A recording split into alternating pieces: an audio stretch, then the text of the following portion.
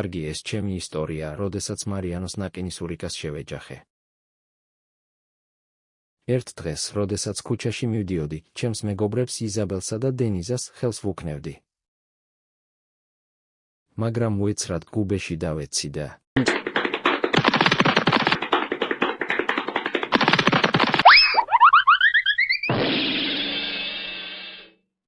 ავარიის გამო მარიანოს ნაკინის ურიკას შევეჯახე. და სწორედ ამიტომ ვარ მოუხერხებელი, მაგრამ უი, ბოდიში ან ლოსიენტო მარიანო, ჰეჰე.